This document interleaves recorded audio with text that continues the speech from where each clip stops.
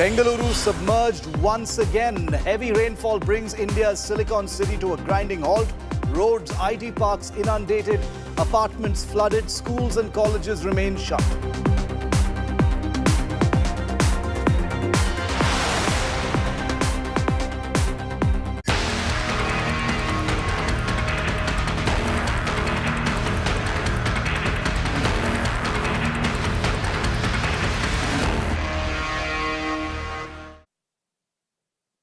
The escalation between India and Canada has precipitated a full-fledged diplomatic crisis between the two countries that have held diplomatic relations for many years, two countries that share huge people-to-people contacts. Canada has one of the largest Indian expat populations, but now Justin Trudeau has made things even worse. First, I want to update you on the top developments on this rapidly progressing story. Number one, India-Canada ties are in free fall. That's clear.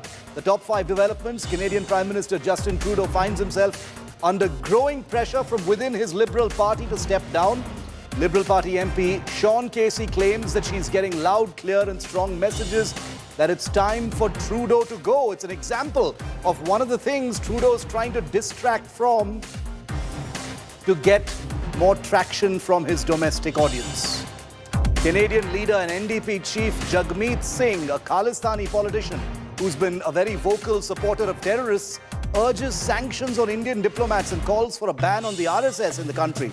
But Canadian journalists mock him. The video goes viral. He's been laughed off stage in his own country. What an embarrassment. The United States of America and the United Kingdom say that allegations leveled by Canada are serious in nature and India must cooperate with Canada with the investigation. Boilerplate messages as part of the Anglosphere. Australia also issues a statement amidst deteriorating India-Canada ties. Australia claims that they respect Canada's judicial process and sovereignty of all countries must be respected, but Anthony Albanese doesn't mention India. Meanwhile, Canada's spying agency is getting a new leader just as allegations of foreign interference and aggression heat up in the country. The Canadian Prime Minister's office appointed Daniel Rogers as the next director of the Canadian Security Intelligence Service, a service which has been investigated in the past for being allegedly involved in the Kanishka Air India flight bombing.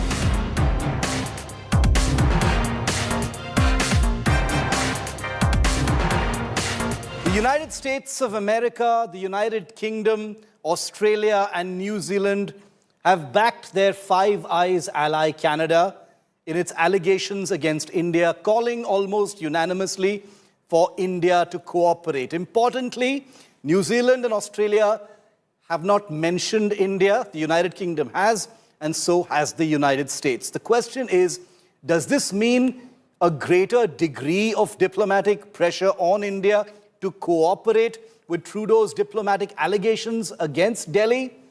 Or is this something that India should push back on with full force? Take a look.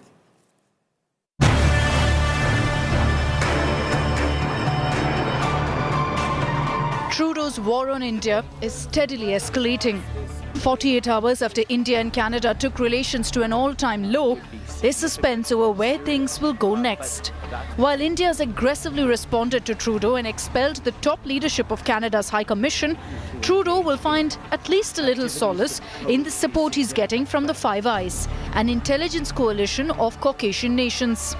The strongest support, unsurprisingly, came from the United States. We have made clear that the allegations are extremely serious and they need to be taken seriously, and we wanted to see the government of India cooperate with Canada in its investigation. Obviously, they have not chosen that path. America's placeholder support may come off as alarming, but it's fully on expected lines, considering that Trudeau is unlikely to have declared such a high-level diplomatic war without a sign-off from Washington. Also, the United States has itself clearly signaled that it sees Khalistani separatist terrorists on its soil as intelligence assets against India. But it isn't just the US that Trudeau needs to burnish his diplomatic war against India. Caught in conflict with an assertive Modi government, the Canadian Prime Minister has been dialing leaders of the other nations under what is seen as the White World's espionage club. New Zealand backed Canada, but with caution, even refusing to name India in its statement. The Australian Prime Minister also issued a statement, but held off on naming India. The United Kingdom also issued a statement, but mentioned India, saying the government of India's cooperation with Canada's legal process is the right next step. 3 of the Five Eyes members are also part of the G7 economic grouping. That's where the sanctions talk comes in too. Though Canada risks billions of dollars in trade if the conflict with India snowballs, there's the Five Eyes that the Trudeau government would like to leverage as the issue takes a turn for the worse. Bureau Report, India Today. Joining me live now is Michael Rubin, Senior Fellow with the American Enterprise Institute. You've seen him on India Today before. Mr. Rubin, thanks very much for your time. Good to have you on India Today at a time that we're reporting an important story.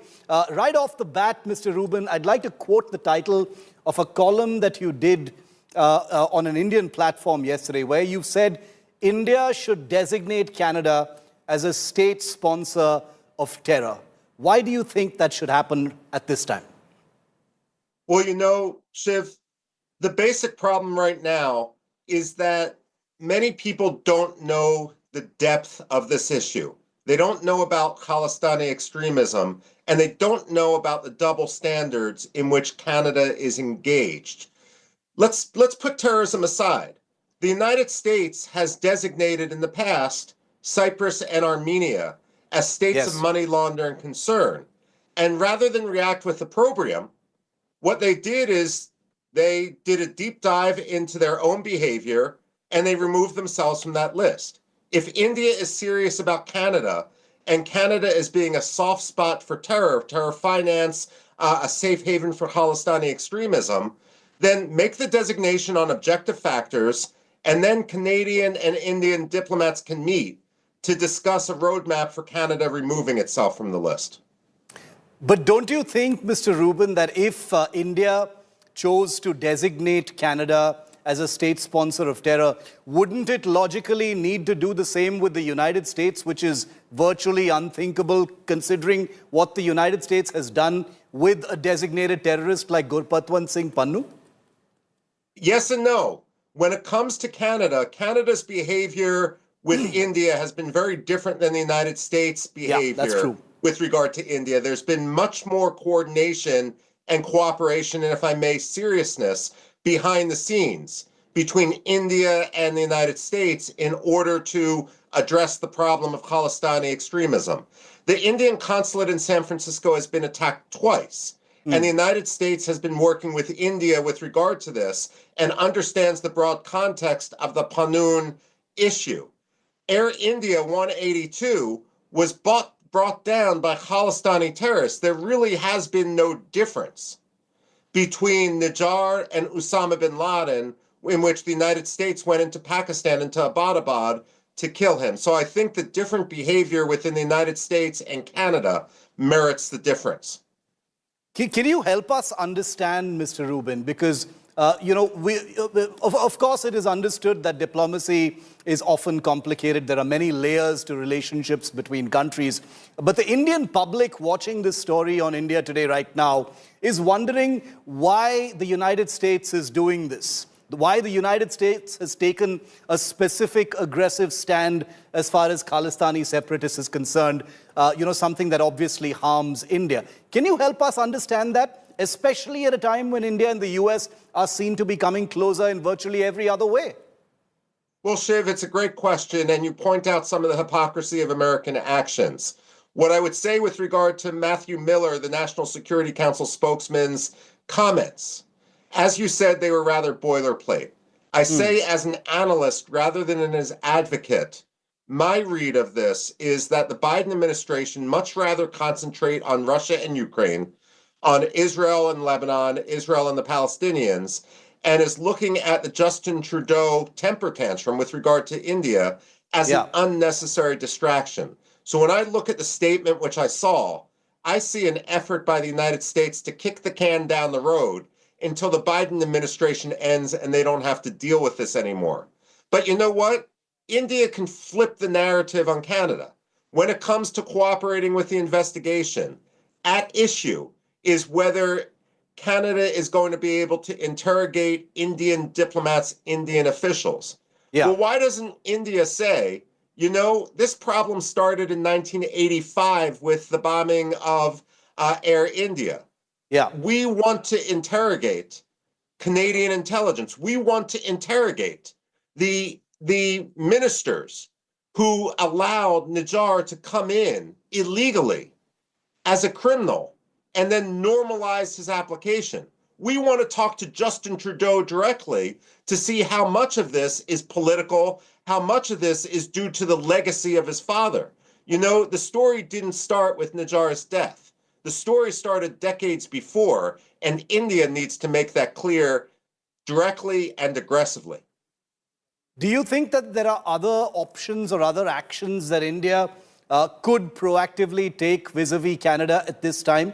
We heard the Foreign Minister of Canada, Mr. Rubin, say that everything is on the table, including economic sanctions. You know, one cannot immediately read the likelihood or the possibility of any of those actions being taken. Things are as bad as they are already. But do you believe India should go ahead and take some steps anyway? Look, the way I look at it is this, Shiv. India is a major power in the world states. It's the world's most populous country. It's the world's largest democracy. Yes. Canada can't treat it like a servant. Canada can't treat it like a water boy. The fact of the matter is, India is making very clear what the consequences would be, hoping that Canada would back down, because make no mistake, what Justin Trudeau is doing isn't a matter of principle. It's a matter of his own cynical political calculations. Much of what motivates Justin Trudeau appears to be a desire to deflect, to distract from the fact that he is 10% behind in the national polls heading into an election. The role of India isn't to be there for Canada's political convenience, and that's what India needs to make clear to all Canadians. I completely agree. In fact, my show yesterday did focus on the fact that this appears to be a big distraction from the many domestic issues that Trudeau faces right now in the run-up to elections next year. One final question, Mr. Rubin, is, we've seen the statements from the Five Eyes as well.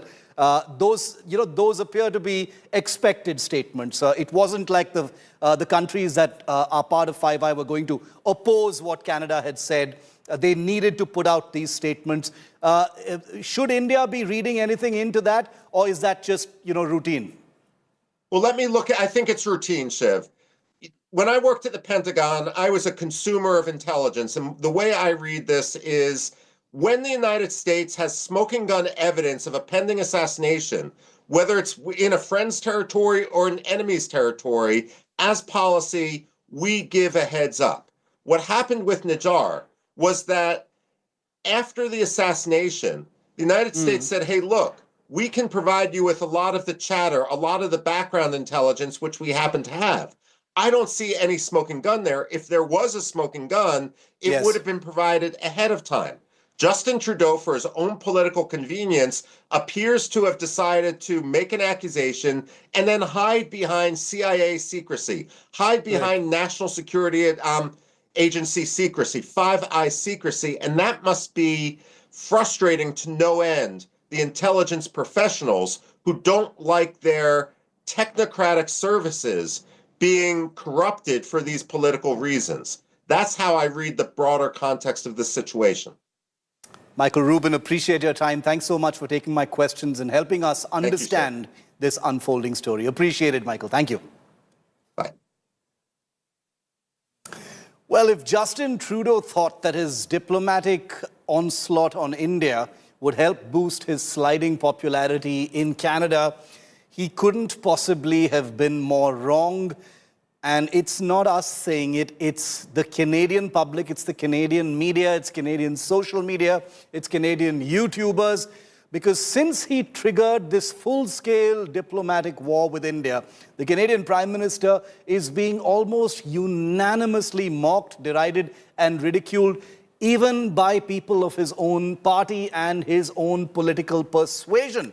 Trudeau and his former ally, Khalistani Jagmeet Singh, are being blamed for worsening ties with India just in order to divert domestic attention from more pressing home issues. Take a look. It's unbelievable. I think it is obvious that the government of India made a fundamental error in thinking that they could engage in supporting criminal activity against Canadians here on Canadian soil, whether it be murders or extortion or other violent acts. It is absolutely unacceptable. Justin Trudeau's tirade against India didn't just get a fierce counter from New Delhi, but even Canadian media and think tanks have been criticizing him for making allegations without providing credible evidence and for spreading misinformation regarding the Khalistani threat. In an article published in the Canadian newspaper The National Post, senior journalist and author John Ivison noted that Canada has allowed Sikh extremism to flourish within its borders. He further alleged that Prime Minister Trudeau has allowed diaspora politics to unduly influence foreign policy and criticized the Royal Canadian Mounted Police for making serious statements against India without providing any proof. The same view was echoed by Daniel Bodman, a senior correspondent for the National Telegraph, who noted that this could end up costing Canada billions in trade and that Trudeau's move was to appease Jagmeet Singh and the gang of Khalistani ministers. So no one believes Justin Trudeau is telling the truth here in Canada. He doesn't have any domestic support. It's just, he is just spitting in the eye of a powerful ally. Is it domestic vote bank politics at this point? Maybe. I mean, is he so desperate to keep the record of number one Khalistani over Jagmeet Singh? Who knows? Trudeau is also being accused of worsening the diplomatic situation by failing to address the concerns raised by New Delhi. Trudeau's former ally and Khalistani sympathizer, Canadian MP Jagmeet Singh, is also in the line of fire. He's being mocked for demanding sanctions against Indian diplomats. Yes, you heard that right. Against Indian diplomats, not India. We got the RCMP that said that Indian diplomats were hiring criminal elements to shoot at Canadians. I can't see why we would do anything other than put in place severe sanctions on those diplomats, on Indian diplomats. You're not saying that, you're leaving open that assumption. This is the last question if you want. We're gonna let her. He's gone. Yeah. He's gone. Also, that's still not how it works. Yeah. Trudeau's desperate ploy to deflect attention from his flagging popularity and domestic politics is finding few takers even within Canada. Bureau Report, India Today. And a population that stands to perhaps be affected the most at this time are Indian students. Nearly 500,000 Indian students study in Canada, and that number is now expected to drop drastically. The future of Indian students in the pipeline is now in limbo amidst this huge diplomatic escalation between India and Canada. Canada has long been a favored choice for Indian students seeking higher studies abroad. Will this turmoil change the course? Certainly looks like it, and that's going to cost Canada. Take a look. Relations between India and Canada hit rock bottom. And amid this, many Indians are left wondering how the diplomatic fallout will affect immigration, work and student visas. The fallout has left Indian students and their families concerned. अब अगर Canada government visa देना बंद कर देगी students को तो वो बहुत ज़्यादा मतलब कंसर्न हो जाएगा जिनकी एप्लीकेशन स्पेशली इन प्रोसेस है जैसे हमारी ट्यूशन फीस ऑलरेडी सब गई हुई है वहाँ पे और काफ़ी सारे मेरे फ्रेंड्स हैं जिन्होंने ऑलरेडी इनटेक अपना कंप्लीट कर चुके हैं they are about to fly तो अगर इनकेस गवर्नमेंट ऐसा करती है वीज़ा पे कुछ भी अगर स्टॉप लगा देती है तो बहुत बड़ा कंसर्न हो जाएगा क्योंकि ऑलरेडी स्टूडेंट्स ने GIC पे की है. With Canada being one of the top destinations for higher education for students, many fear the diplomatic escalation will impact their future plans. मैं सितंबर नेक्स्ट इनटेक के लिए जाऊंगी 2025 में, और मैं अभी आइल्स की प्रिपरेशन कर रही हूँ, और मेरा स्टार्टिंग से टारगेट था कि मुझे कनाडा ही जाना है और मैंने बैचलर्स प्रोग्राम पढ़ना है, और मैंने कॉलेज वगैरह भी सब ऑलरेडी मतलब शॉर्टलिस्ट करा हुआ है। बट अब जैसे मैं ये न्यूज़ सुन रही हूँ तो मेरे को थोड़ा सा मतलब डर लग रहा है कि आगे क्या होगा और मतलब फ्यूचर का क्या होगा। Parents of the students who study at Canada's universities voiced the same concerns. ये दोनों कंट्रीज की डेवलपमेंट के लिए बहुत ही ज्यादा गलत है। कुछ बच्चे जो आगे सोचते हैं अपना, उन्होंने करियर सोचा हुआ है, हम वहां जाके सेट होंगे, पेरेंट्स का पैसा लगा हुआ है, फैमिलीज का पैसा लगा हुआ है, तो ये सारी पॉलिटिकल इश्यूज के कारण ये सब कुछ स्पॉइल हो रहा है, जो नहीं होना चाहिए। Canada typically welcomes around 5 lakh international students each year, with Indian students making up nearly half of that number. Travel experts confirmed that the situation for Indian students in Canada has become more challenging. पिछले साल से इन्होंने कुछ काफ़ी ना visa students को कम देने शुरू कर दिए, रिजेक्शंस ज़्यादा कर दी शुरू। वहाँ पर उनके इंफ्रास्ट्रक्चर जो फैसिलिटीज़ हैं वो बड़ी कम है। जिस हिसाब से स्टूडेंट्स वगैरह लेके जाते थे 2-2.5 लाख, प्लस इमिग्रेशन भी कर रहे थे 2-3-4 लाख लोग, सड़कों पे रहना शुरू कर दिया अपने पंजाबी। आप पीछे मैं गया था, टोरंटो गया था, तो देखा वो ब्रिज के नीचे या फ्लाईओवर्स के नीचे अपने पंजाबी टेंटिंग लगा के वहाँ रह रहे हैं। With India expelling 6 Canadian diplomats and announcing withdrawal of its High Commissioner and other officials, uncertainty shrouds Indian students and visa aspirants. Bureau Report, India Today. And joining me live now from Ontario in Canada is Kushal Mehra. He's a popular Indian YouTuber. He's a businessman who has a very unique perspective because he spends half of his time in Canada and the other half here in India. He recently relocated to Canada to spend half his time there. So very important to have his perspective. Kushal, welcome. Good to have you here on 5 Live. My first question to you, Kushal, is what is the mood among the Indian community there in Canada? You know, I realize Indian community is a very broad term when it comes to Canada. There are many different communities that comprise the Indian community there, which is important to note, especially since we're also talking about Khalistanis, who I would refrain from calling Indians. But you get my question. What is the mood down there over this huge diplomatic meltdown?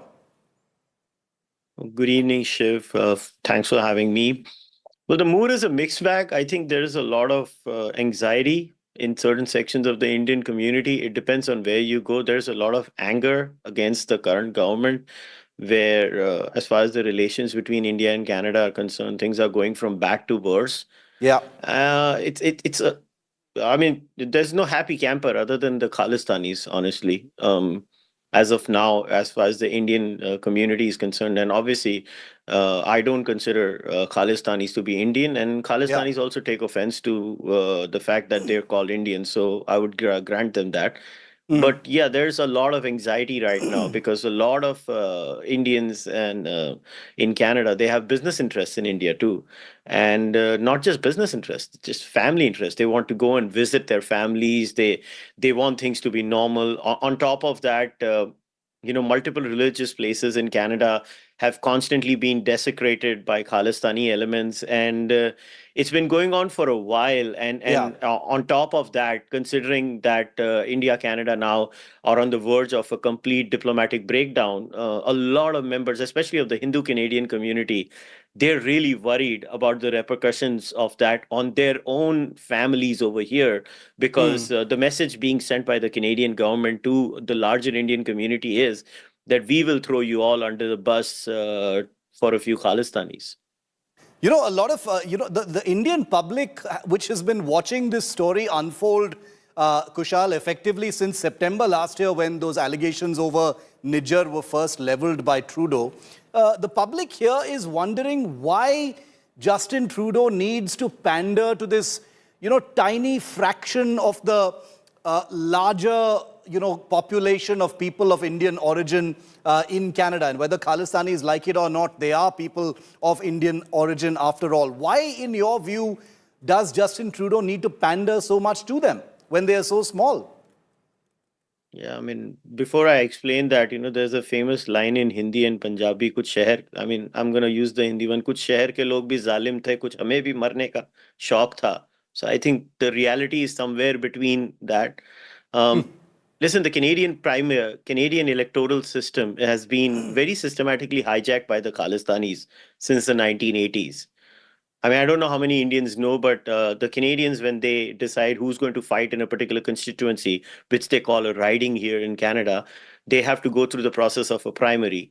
And the Khalistanis have pretty much rigged the primaries of the Liberal and the NDP, especially, not so much of the Conservative Party of Canada. I don't know if you know about this, Shiv, but in Canada, let's say if you came here as a tourist and there is a Liberal Party nomination election happening for a particular constituency, let's say St. John's in Toronto or any other spot, right? What if I told you you can vote for that? Really? So basically the entire system is hijacked, and the representation that comes to the government, especially inside the Liberals and the NDP, is only a Khalistani. And then when they talk about India, the Khalistanis pressurize them and they have a disproportionate say in affairs. Yeah. Now, why does the Canadian government listen to these people? That's the